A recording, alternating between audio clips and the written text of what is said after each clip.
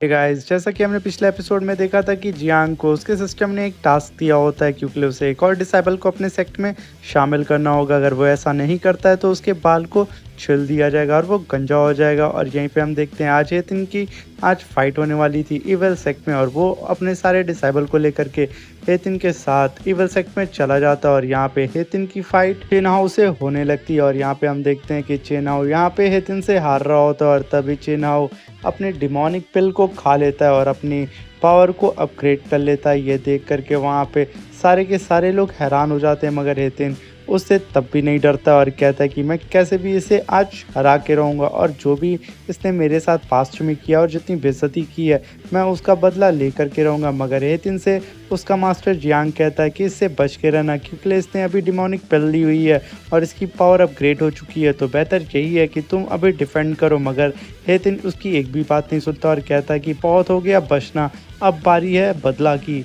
और डिफेंड करने के बजाय वो तुरंत हेतिन चिन्हाओ के ऊपर अटैक करने लगता है, और वो एक ही अटैक में चिन्हाओ के अटैक को डिस्ट्रॉय कर देता है, और वो भी खड़े खड़े, और चिन्हाओ को चारों खाने चित कर देता है, जिसकी वजह से चिन्हाओ का एल्डर देख करके एकदम हैरान हो जाता है, जो कि इविल ब्लड सेक्ट का एल्डर होता है। और उसके मन में लालच आ जाती है और वो सोचता है कि कैसे भी करके मुझे हेतिन को अपने सेक्ट में शामिल कर लेना होगा, और वो तुरंत हेतिन को पकड़ने के लिए अपना पाम अटैक करता है। मगर तभी हम देखते हैं वो जैसे ही हेतिन को पकड़ लेता है, ये देख करके जियांग तुरंत अपने ऑरा प्रेशर से उसके अटैक को डिस्ट्रॉय कर देता है, और वो एल्डर जा करके ज़मीन पे गिर जाता है। और तभी धीरे धीरे जियांग आगे बढ़ता है और कहता है कि तुम्हारी इतनी हिम्मत कि तुम मेरे डिसाइबल्स को हर्ट करना चाहते हो और उसे टॉर्चर करना चाहते थे, तुम भूल गए हो ये इमॉर्टल सेक्ट के डिसाइबल हैं, यानी कि मेरे डिसाइबल। और तभी उस सेक्ट का जूनियर एल्डर आकर के तुरंत जियांग के कदमों पे गिर जाता है और कहता है कि प्लीज़ मेरे एल्डर को जान से मत मारना, हमें माफ़ कर दो। और यहाँ पे हम देखते हैं कि जियांग सिस्टम फिर से अपीयर होता है और कहता है कि अब तुम्हारे पास 1 घंटा 45 मिनट और 54 सेकेंड है। अगर तुमने एक डिसाइबल को अपने सेक्ट में शामिल नहीं किया तो तुम्हारे बाल को छिल दिया जाएगा। और तभी जियांग पीछे मुड़ के देखता है और सोचता है क्यों ना मैं चिन्हाओ को ही अपना डिसाइबल बना लूँ। और फिर हम देखते हैं कि इनकी जो मंगेतर होती है, जो कि चिन्हाओ के साथ चली गई थी, वो तुरंत यहाँ पे पलटी खा जाती और थाली के बैगन की तरह तुरंत हेतिन के पास जाने लगती है और कहती है कि हेतिन मुझे प्लीज़ अपने साथ लेकर चलो। तभी हेतिन पलट के देखता है मगर कुछ नहीं बोलता है, और वो कहती है कि माना कि मुझसे बहुत बड़ी गलती हो गई थी, प्लीज़ मुझे माफ़ कर दो, और ये चिन्हाओ मुझे टॉर्चर करता है, प्लीज़ मुझे अपने साथ लेकर के चलो। मगर हेतिन कहता है कि मैं तुम्हें अपने सेक्ट में नहीं लेके जाऊंगा, तुम एक बेकार और वेस्ट हो। तभी हम देखते हैं चिन्हाओ उठ करके खड़ा हो जाता है और कहता है कि मैंने तो एक तो तुम्हारे साथ इतना बड़ा एहसान किया और तुम मेरे ही सामने मेरी बुराई कर रही हो, क्योंकि हेतिन मुझसे ज़्यादा पावरफुल है इसलिए तुम वहाँ पे भाग रही हो। और तभी हम देखते हैं इन दोनों के बीच में चूहे बिल्ली की तरह फाइट होने लगती है और ये दोनों ही एक दूसरे को उल्टा सीधा बोलने लगते हैं। और तभी हम देखते हैं जियांग इस चीज़ से एकदम शॉक्ड हो जाता है और ये अपना प्लान यहीं पे ड्रॉप कर देता है और ये सोचता है कि मैं किन गधों को अपना डिसाइबल बनाने वाला था। और तभी वो कहता है कि मुझे अब यहाँ से जाना होगा, और तभी उसका सिस्टम फिर से अपीयर होता है और कहता है कि तुम्हारे पास सिर्फ अब 30 मिनट्स हैं, कैसे भी करके एक डिसाइबल ढूंढो। और तभी हम देखते हैं जियांग और उसकी पूरी टीम पैदल जा रही होती है और हेतिन के पीछे पीछे जाते जाते तभी जियांग पूछता है आखिर तुम हम लोग को कहाँ लेकर के आओ। मगर हेतिन तो अपनी धुन में मगन रहता है और तभी वो अचानक से उठ करके देखता है उसके सामने एक अलग सा ही सेक्ट होता है, जो कि डिमोनिक सेक्ट होता है। और वहाँ पे डिमोनिक सेक्ट के कुछ डिसाइबर और एक एल्डर आकर के इन लोगों को घेर लेते हैं और कहते हैं कि तुम्हारी इतनी हिम्मत कि तुम हमारे सेक्ट के अंदर आ गए हो। और तभी हम देखते हैं वहाँ पे एक और डिसाइबल की एंट्री होती है और वो बोलता है तुम लोग मुझे ढूंढ रहे थे। तभी जियांग का सिस्टम कहता है यही तुम्हारा अगला डिसाइबल है। ये सुनकर के जियांग काफ़ी खुश हो जाता है क्योंकि जियांग के पास अब 10 ही मिनट रहते हैं। और तभी हम देखते हैं उस डिसाइबल का नाम जुआंग रहता है और जुआंग उन सारे इवल सेक्ट के मेंबर से फाइट करने लगता है और धीरे धीरे करके उन सारे लोगों को मार रहा होता है क्योंकि कोई भी उसके सामने नहीं टिक पा रहा था। और तभी हम देखते हैं सेक्ट का एल्डर फ्लाइंग ड्रैगन पावर को अवेक करता है और तुरंत जुआंग के ऊपर अटैक कर देता है, जिसकी वजह से जुआंग काफ़ी घायल हो जाता है। और ये देख करके डेमोनिक सेक्ट के सारे डिसाइबल जुआंग के ऊपर लद करके उसके ऊपर चढ़ जाते हैं। ये काफ़ी ज़्यादा फनी होता है क्योंकि एक लड़के के ऊपर सारे के सारे लोग चढ़ गए और तभी जियांग आकर के बोलता है ये हमारे सेक्ट का डिसाइबल है, तो बेहतर ये होगा कि तुम लोग इससे दूर रहो। और तभी डिमोनिक सेक्ट का एल्डर बोलता है कि तुम्हारी इतनी हिम्मत कि तुम मेरे सामने बोल रहे हो। तभी जियांग उन लोगों के ऊपर अपना ग्रेविटी प्रेशर लगाने लगता है, जिसकी वजह से उन लोगों को काफ़ी ज़्यादा दर्द होता है और वो लोग तुरंत जियांग से भीख मांगने लगते हैं कि प्लीज़ हमें माफ़ कर दें, हमारी जान मत लें। तभी जियांग जियांग कहता है ये चीज़ें तुम्हें पहले समझ लेनी चाहिए थी। और तभी जियांग जुआंग के पास जाकर के कहता है कि अब से तुम मेरे डिसेबल हो। और यहाँ पे ये सारे के सारे लोग वहाँ से टेलीपोर्ट होकर के सीधा अपने सेक्ट में आ जाते हैं।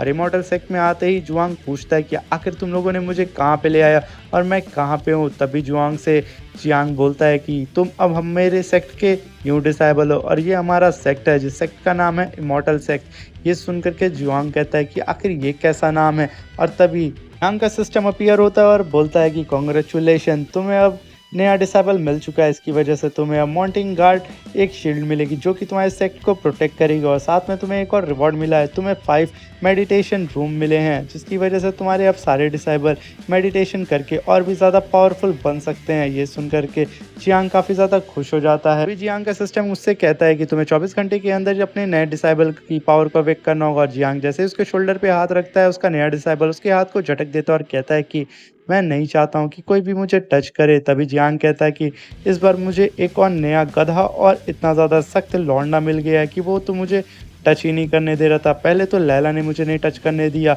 अब ये गधा लड़का होकर के लड़के को टच नहीं करने दे रहा है। फिर जुआंग कहता है कि मैं यहाँ पे सिर्फ कुछ दिनों का मेहमान हूँ, तो बेहतर ये है कि आप लोग मुझे बता दें कि मैं कहाँ पे सोऊंगा, क्योंकि मुझे यहाँ पे छोटी छोटी झोपड़पट्टियाँ ही दिख रही हैं। ये सुन करके जियांग के सारे डिसेबल आकर के अपने सेक्ट की बड़ाई करने लगते हैं। और सबसे पहले हितिन आकर के कहता है कि हमारे सेक्ट के चारों ओर माउंटेन है और हमारे सेक्ट को गाइड करने वाला। लैला आकर के बोलती है एक ड्रैगन फिश है और तुम्हें पता है कि हमारे मास्टर इस कॉन्टिनेंट के सबसे ज़्यादा पावरफुल है और इनके पास टेलीपोर्टेशन की पावर है। ये पलक झपकते ही एक जगह से दूसरी जगह जा सकते हैं, उसका नमूना तुमने देख ही लिया। ये सुन करके जुआंग बोलता है मैं किस गधों के बीच में आकर के फंस गया, और वो वहाँ से भागने लगता है और जाकर के एक शील्ड से टकरा जाता है। और तभी जियांग उसके पास आकर के बोलता है कि मैंने तो तुम्हें एक चीज़ बताना ही भूल गया, क्योंकि हमारे पूरे सेक्ट को एक इनविजिबल शील्ड गार्ड करती है और इसकी वजह से कोई भी डीमन हमारे सेक्ट में अटैक नहीं कर सकता। और तभी जियांग देखता है कि उसके डिसेबल जो कि नया डिसेबल था उसका लॉयलिटी पॉइंट सिर्फ 3 था। तभी जियांग का सिस्टम अपीयर होता है और बोलता है कि अगर तुमने इसका लॉयलिटी पॉइंट 10 कर दिया तो हेवनली लेवल की शॉर्ट टेक्निक दी जाएगी जो कि काफ़ी ज़्यादा खतरनाक होगी। उसका एक ही स्लैश शॉर्ट के 10 स्लैश के बराबर होगा। ये सुनकर के जियांग काफ़ी खुश हो जाता है। और तभी जियांग सारे डिसेबल की लॉयलिटी पॉइंट को चेक करने लगता है और वो जब देखता है सबसे पहले हितिन का लॉयलिटी पॉइंट जो कि सीधा 100 होता है। और ये देख करके जियांग काफ़ी ज़्यादा खुश हो जाता है और कहता है हितिन मेरा सबसे अच्छा डिसेबल है। फिर वो लैला का देखता है, लैला का भी 100 होता है। और फिर वो देखता है प्रिंस का 99 होता है और वो प्रिंस अभी भी अपने मास्टर की तरह रिएक्ट कर रहा होता है। जैसा मास्टर कहेंगे मैं वैसा ही करूँगा, क्योंकि प्रिंस अब मास्टर का डाई हार्ट फैन हो चुका होता है। और तभी हम जियांग को देखते हैं, जियांग अपने नए डिसेबल की ओर देखता है जिसका लॉयलिटी पॉइंट अब 3 हो चुका था। यहाँ पे जियांग को कैसे भी करके उसके लॉयलिटी पॉइंट्स को अपग्रेड करना था। और यहाँ पे जियांग उस नए डिसेबल चुवोंग को बटरिंग करने लगता है और उससे कहता है कि अगर तुम हमारे सेक्ट में शामिल होगे तो तुम्हें ये फ़ायदे मिलेंगे, और अलग अलग तरीके के फ़ायदे गिनवाना शुरू कर देता है। जिसकी वजह से वो नया डिसेबल जुओंग काफ़ी ज़्यादा शॉक्ड हो जाता है और कहता है कि मैं किस गधों के बीच में आ गया हूँ, आखिर मास्टर कभी अपने सेक्ट की इतनी बड़ाई क्यों ही करता है। जियांग अपने नए डिसेबल को इम्प्रेस करने के लिए शॉर्ट टेक्निक देता है और उस टेक्निक को देख करके उसके डिसेबल का एक लॉयलिटी पॉइंट बढ़ता है। फिर देखता है एक और बड़ा और वो 5 से सीधा 6 हो जाता है। और तभी वो डिसेबल अभी भी सेटिस्फाइड नहीं होता। तभी जियांग अपने पास एक और शॉर्ट टेक्निक देता और कहता अगर तुमने इस शॉर्ट टेक्निक को परफॉर्म किया और एक ही स्लैश में तुम इस आसमान को आग में बदल सकते हो। ये सुन करके अभी भी उसका ये डिसेबल इम्प्रेस नहीं होता है। और तभी जियांग हार मान करके अपने डिसेबल से पूछता है आखिर तुम मुझसे चाहते क्या हो। तभी जियांग के ख्याल में एक और आइडिया आता है और वो तुरंत अपने सिस्टम से कहता है कि तुरंत यहाँ पे उन सारे मेडिटेशन रूम को मेरे सामने लेकर के आ जाओ। और तभी जियांग के सिस्टम को ये जैसे ही ऑर्डर मिलता है वो तुरंत ही उन सारे मेडिटेशन रूम को जियांग के सामने ला करके इंस्टॉल करने लगता है। और ये देख करके जियांग के सारे डिसेबल एकदम शॉक में आ जाते हैं कि आखिर ये कैसी पावर है कि पलक झपकते एक घर ही बन गया। यहाँ पे जियांग अपने सारे डिसेबल को इस मेडिटेशन रूम के बारे में बताता है और कहता है कि अगर तुम इस मेडिटेशन रूम में कल्टीवेट करोगे तो तुम्हारी कल्टीवेशन पावर 10 गुना बढ़ जाएगी और साथ में तुम अपने सोर्स को भी क्लीन कर पाओगे। तो ये सुन करके उसके सारे डिसाइबल एकदम खुश हो जाते हैं, मगर उसका नया डिसाइबल जो कि जुआंग होता है वो ना खुश हो जाता है। तभी जियांग कहता है आखिर इस गधे को मुझसे क्या ही चाहिए, और यहाँ पे हम देखते हैं उसका लॉयल्टी पॉइंट घट के 3 हो जाता है। तभी जियांग उसके पास जा करके बोलता है आखिर तुम्हें क्या चाहिए। तभी जुआंग बोलता है कि मास्टर मुझे एक आलीशान रूम चाहिए और उस रूम में जब मैं सोऊं तो मैं आसमान को देख पाऊँ और मेरे सामने टिमटिमाते हुए तारे हों और जिस भी गद्दे पे मैं सोऊं